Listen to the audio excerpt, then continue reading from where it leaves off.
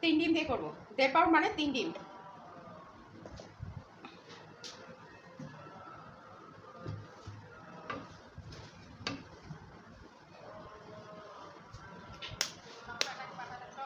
হ্যাঁ, butter Scotch আর rasmalai flavour দুইটা একসাথে বেস রেডি করে পরে ফ্লেভার অ্যাড করবো। হ্যাঁ, আমি ফ্যানটা বন্ধ করে দেবো একটু কষ্ট করে দেবো। হ্যাঁ, বন্ধ করে দেবো, কারণ আমার এই বিটার আপ ডাউন করতেছে।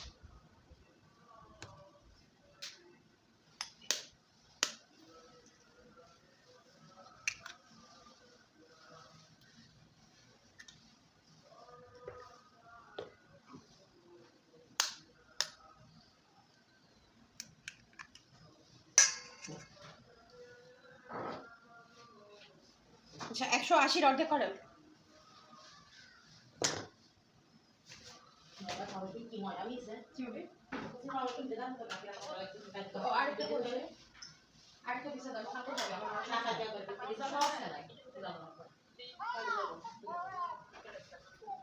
আচ্ছা, 180 অর্ধেক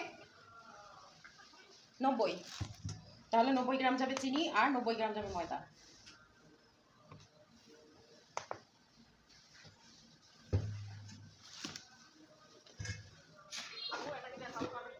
হ্যাঁ, 1.5 পাউন্ড হবে, 1.5 পাউন্ড হবে। আমাদের ডিম বড়, তাই বেসগুলো বেশি বেশি হবে। হ্যাঁ, ডিম হিসাব করে, ডিম নষ্ট করবো না। হ্যাঁ,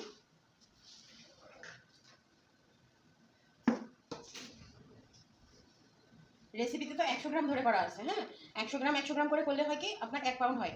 আর যদি ডিম একটু বড় হয়, বেসটা একটু বেশি হবে, তাতে কোনো ফ্যাক্ট না। ডিম ধরে করবেন যেন ডিম নষ্ট না হয়, ঠিক আছে? বেসটা একটু বেশি বড় হলে ক্রিম দিয়ে সেটা মেকআপ দিয়ে নেবেন। ক্রিম কম দিবেন, ক্রিম কম দিলে হয়ে যাবে।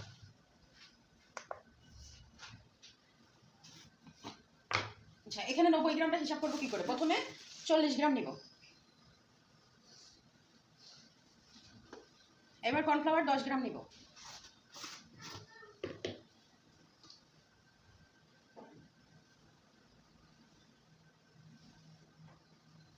পঞ্চাশ গ্রাম হলো। হ্যাঁ, এবার ময়দা নিব 85 গ্রাম নিব টোটালি।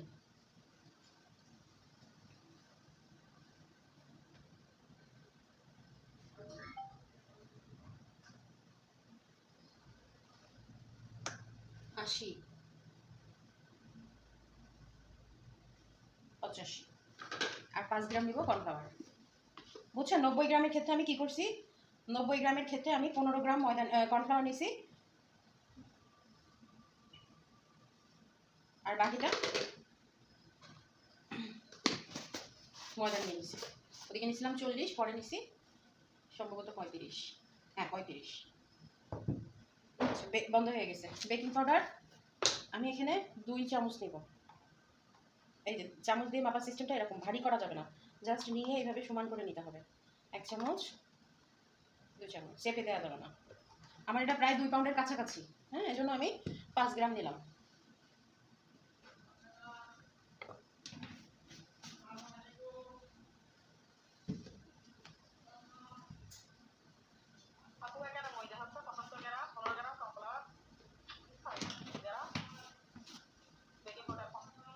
হ্যাঁ, 5 গ্রাম।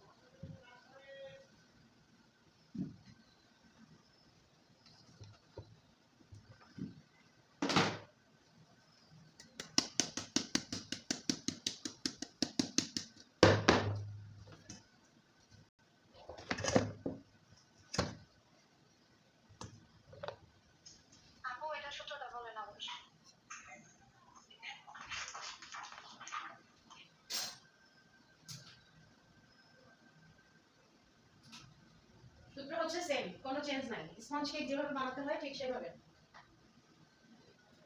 শুধু এখানে আমাদের উপকরণটা একটু ভিন্ন আছে, যার জন্য আমাদের বেশি নেওয়া লাগছে।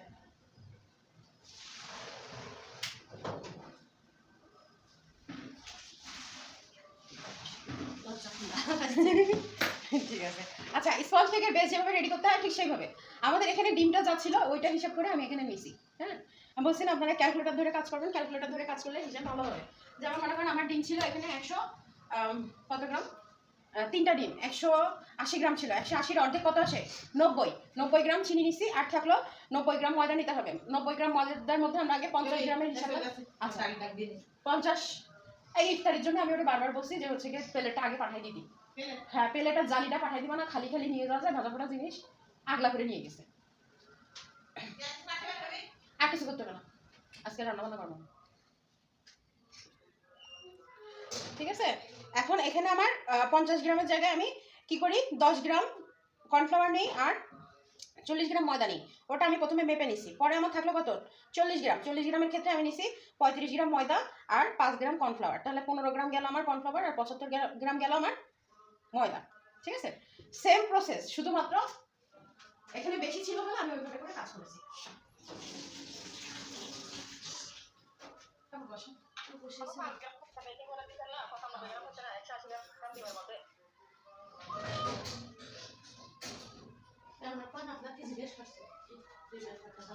আপু একটু দাঁড়ান, আমার সুইস রোল কেক হয়ে গেছে, আমি বের করে দিই। যদি ভাজ না করা হয় তাহলে আমার পরে যে কেক ফেটে যাবে। এটা কিন্তু চতুর্দিকে সমান, যে কোনো এক সাইড থেকে নিলেই হচ্ছে।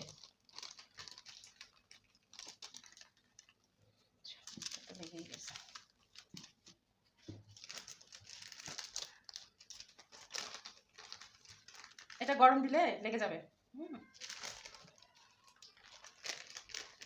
এটা একটু গরম গরম অবস্থায় ভাজ করে ছুঁয়ে দিব, ছুঁয়ে দিলে হবে কি পরবর্তীতে আমার ভাজ করে নিন। কাগজটা দিয়ে করে দেন, খুলে ফেলেন পরে হাতে সব লাগে।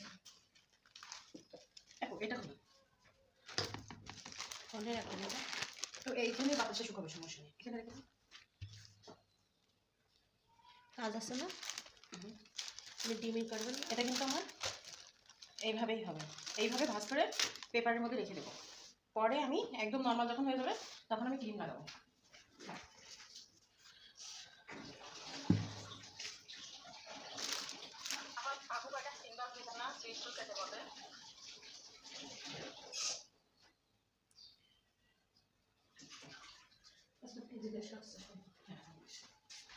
বলেন আপু কি হয়েছে?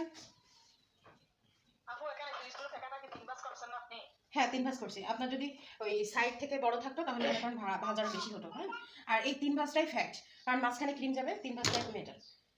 এটা আমি ভালো করে ভাঁজ করতে পারিনি, ভালো করে ফোল্ড হয়নি, তারপরে ক্রিম লাগার চেষ্টা করতে হবে একদম গোল গোল করার, ঠিক আছে।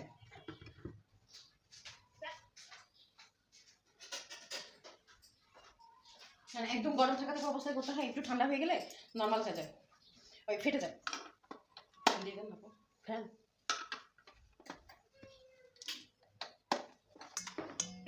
আচ্ছা, আমরা এখন স্পঞ্জ কেক করতেছি 1.5 পাউন্ডের স্পঞ্জ কেক। এখানে একটা করবো 1 পাউন্ড আর একটা করবো 1/2 পাউন্ড। আপনি মোট রেডি করে ফেলেন, এই নেন, এটা দিয়ে একটা করেন। এটাই করবো ওদের 1/2 পাউন্ড আর 1 পাউন্ড, আর ওদের উঠাই রেখে দেন পাউন্ড কেক করার জন্য।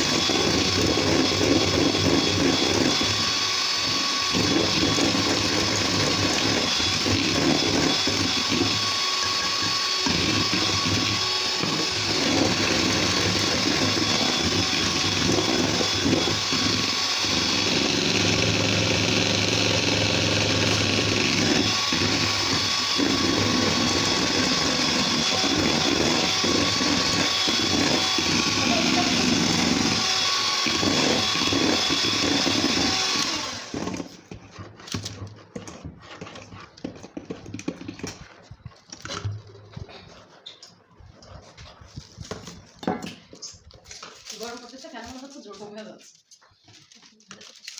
রাইসা কি হয়েছে, দাঁত লড়েছে, টের পাইনি কবে, দাঁতের পাকতে দাঁতে টের। তারপর আমি ডাক্তারের কাছে এরকম আজকে দুটো দাঁত আছে, দুটো দাঁত লড়েছে, চিন্তা লাগতেছে। আমার মেয়ের খোদ হয়ে গেল চিন্তা সারাদিন। ছোট মানুষ, ওর দাঁত সব পড়েছে। না কে বলে যে ধরতেছে। ও তাহলে আমি বলতে গেছে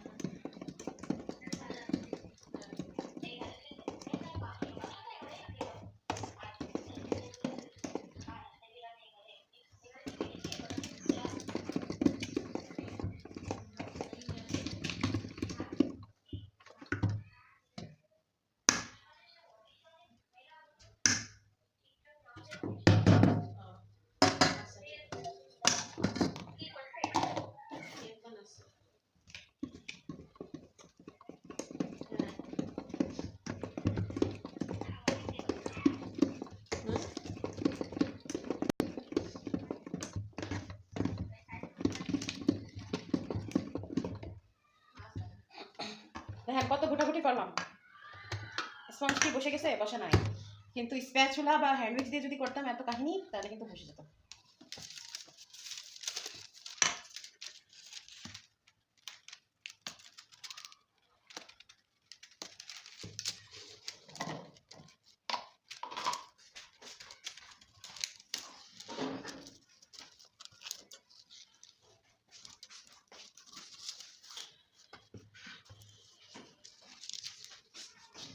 এখন আমরা হাফ পাউন্ড আলাদা নিব আর 1 পাউন্ড আলাদা নিব। হাফ পাউন্ড 1 পাউন্ডের জন্য বেস বলছিলাম কতটুকু নিতে হবে, 220 থেকে 230। 220 থেকে যদি 230 হয়ে থাকে, এখানে আমার ব্যাটারটা হিসেবে বেশি আছে, কারণ আমাদের এখানে ডিমের পরিমাণ বেশি ছিল, যার জন্য ব্যাটারটা কিন্তু বেশি আছে। এখন আমরা রসমালাই কেকের জন্য রসমালাই ফ্লেভারটা ইউজ করতে পারি, কিন্তু আমার কাছে ফ্লেভার ইউজ করার থেকে আমার মনে হয় ডাইরেক্ট রসমালাইটা দেওয়া বেশি বেস্ট মনে হয়। এজন্য আমি ফ্লেভারটা ইউজ করি না, ফ্লেভারটা আমি জাস্ট ভ্যানিলা রাখি। ঠিক আছে, ফ্লেভার ভ্যানিলা রাখি আর রসমালাই ভরপুরভাবে ডেকোরেশনের জন্য ভিতরে আর উপরে দিয়ে দিই। এখন হাফ পাউন্ডের বেস আমি বের করবো, এটা বাটার স্কচ হবে। আর হাফ পাউন্ডের জন্য যেটা লাগবে, যদি 1 পাউন্ড আমি 220 থেকে 30 নিই, 230 যদি নেই, তাহলে 1 পাউন্ড হাফ পাউন্ড কত আসে, 115। তাহলে আমি এখানে হিসাব করে শুধু 115 বের করে নেবো, আর বাকি যা থাকবে সব আমি 1 পাউন্ডের বেসে দিয়ে দেবো, কারণ এটা আমি বাইরে নিয়ে যাবো, ঢাকায় নিয়ে যাবো, কারণ আমার একটু বাড়তি দরকার। হ্যাঁ, ঢাকায় যাবো কবে, তাও 15 রোজার দিকে, এর মধ্যে তো আর কোনো ব্যাস নাই। ভালো হয়েছে, ঈদের পরে সাবারি করা। হ্যাঁ, ঈদের 10 দিন পর থেকে আবার নতুন। ওখানে থাকবেন? হ্যাঁ, ঈদ ওখানে করবেন? রোজার মধ্যে একটু ঝামেলা হয়ে যাচ্ছে, অনেক স্টুডেন্টদের প্রবলেম হচ্ছে, কারণ ক্লাস মানে এই টাইমটা একদম একটা ওর টাইম, বুঝছো, কোনো টাইমের মধ্যে পড়া যাক, শেষ তো হয়ে গেল। তারপরে শেষ তো হয়ে গেল, এটা কোনো সময় বাড়িতে কাজ হবে ওই যে এবার অনেক স্টুডেন্ট আছে। এটা জাস্ট আমি হিসাব করে 115 গ্রাম নিয়ে নিছি। এখানে আমি এখন ফ্লেভার অ্যাড করবো। এই যে বাটার স্কচ ফ্লেভারটা এই টাইপের হয়, এটা অনেক তিতা। হ্যাঁ, এটা একটু সাবধানে দিবেন। হাফ পাউন্ডের ক্ষেত্রে একদম অল্প একটু দিবেন, জাস্ট একটু ঘ্রাণ আসে এমনটা। পুরো 1 পাউন্ডের ক্ষেত্রে যেহেতু আমাদের 3 গ্রাম, তাহলে 1.5 গ্রাম, 1.5 গ্রামের ক্ষেত্রে আপনি 1 গ্রাম দেন, কারণ বহুত তিতা। এটা দেখছেন না খোলার সাথে সাথে কেমন গন্ধ লাগছে না, এটা লাগছে না। আর এখানে আমি রসমালাইয়ের জন্য আমি হচ্ছে ভ্যানিলা ফ্লেভারটা ইউজ করি, আর রসমালাই গাদা করে দিয়ে দিই, এই জন্য আমি রসমালাইটা ভ্যানিলা ফ্লেভারটা ইউজ করবো। রসমালাই ফ্লেভার পাওয়া যায়, কিন্তু আমার কাছে একটু রিস্ক মনে হয়, কারণ ওটা দুধেরটা তো, দেখা গেলো অ্যাসিড হয়ে গেলে বাচ্চারা খাইলে সমস্যা। এটা কিসে দেবেন? ওটা এখন এই যে ডেকোরেশন ক্লাস শুরু করবো, ডেকোরেশনের জন্য।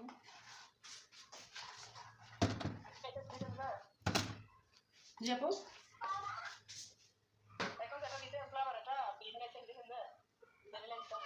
এটা হচ্ছে ভ্যানিলা এসেন্স। হ্যাঁ, রসমালাই ফ্লেভারের জন্য আমি ভ্যানিলা এসেন্সটা দিই। হ্যাঁ,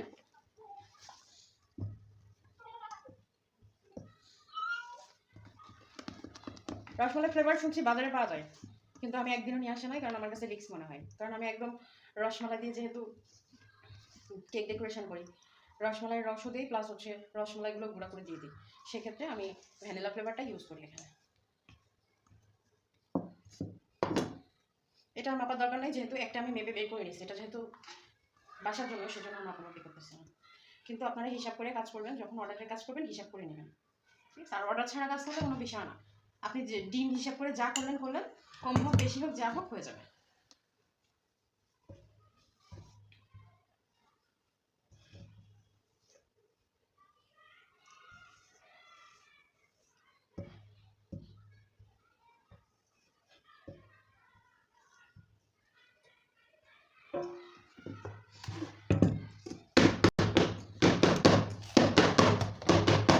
এটা দেখেন সমান নাই, তারপরেও কিন্তু ওখানে ভিতরে গেলে গরমের তাপ লেগে একদম সমান হয়ে যাবে। কিন্তু এটাকে যদি আমি লিকুইড না করতাম তাহলে এটা কিন্তু একদম সমান হতো না, আপনি দিতেন।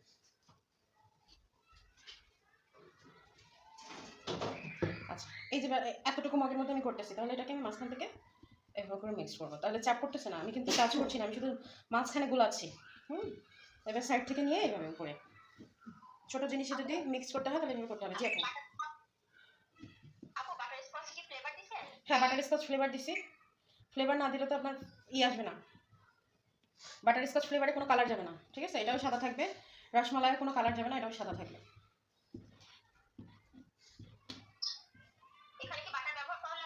বাটার এখানে ব্যবহার করা লাগবে না, ডেকোরেশনে ব্যবহার করতে হবে। আচ্ছা, এই যে আমি হাফ পাউন্ডের বাটিতে হ্যাঁ দিয়ে দিচ্ছি, কারণ এটা কিন্তু আমি মেপে নিচ্ছি। হাফ পাউন্ডের যে ব্যাটারটা হয় সেই ব্যাটারটা আমি মেপে নিয়েছি, সেক্ষেত্রে আর আলাদা করে মাপতেছি না। আর 1 পাউন্ডের জন্য আমি বলেছি 230, সেক্ষেত্রে আমি এখানে 115 নিয়ে নিয়েছি, তাহলে মাপামাপি কোনো ঝামেলা নেই। হাফ পাউন্ডের জন্য আপনার ওই 120 115 নিতে পারেন, যদি কম হয় তাহলে কম হলো, যদি ডিম ছোটো হয় তাহলে ব্যাটার কম হবে, ডিম বড় হলে ব্যাটার একটু বেশি হবে, এটা কোনো ফ্যাক্ট না। কিন্তু আপনাদের একটা কথা বলে দিছি, হোমমেড কেক কখন আপনি পারফেক্ট 475 গ্রাম দিতে পারবেন না, এমনকি তার কমও হয় না, সবসময় একটু বেশি হয়। হ্যাঁ,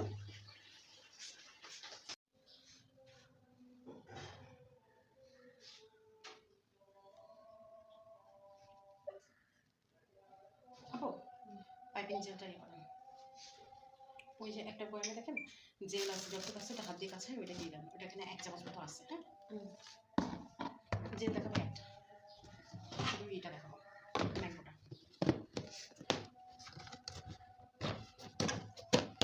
এই যে জেল, হ্যাঁ ওটাই দেখেন, ওইটাই যা আছে কাছে দেবেন কিসে, মানে কিসের মধ্যে দেবেন? ম্যাঙ্গো ফ্লেভারে দেবো, পানি দিয়ে ফেটেন, আমি দরকার হলে দুইটা একই রকম দেখাই দিই, একটা গ্রিন দিয়ে একটা ম্যাঙ্গো। বাটিতে নেব? হ্যাঁ, একটা বাটিতে। ঠান্ডা পানি?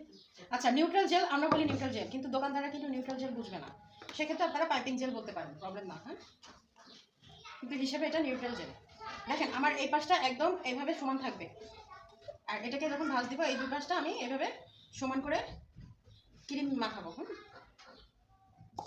এইভাবে 2 চামচ পানি দেবেন, হ্যাঁ বেশি দেবেন, তো যা আছে 2 চামচই হবে, পানি দিয়ে ধুয়ে নেন।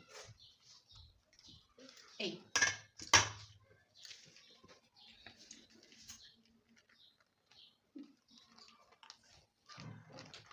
এই যে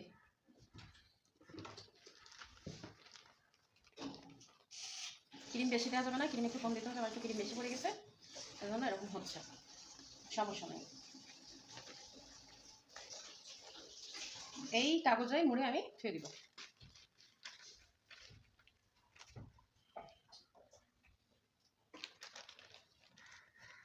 এবার আমি এইভাবে নর্মাল ফ্রিজে থুয়ে দেব।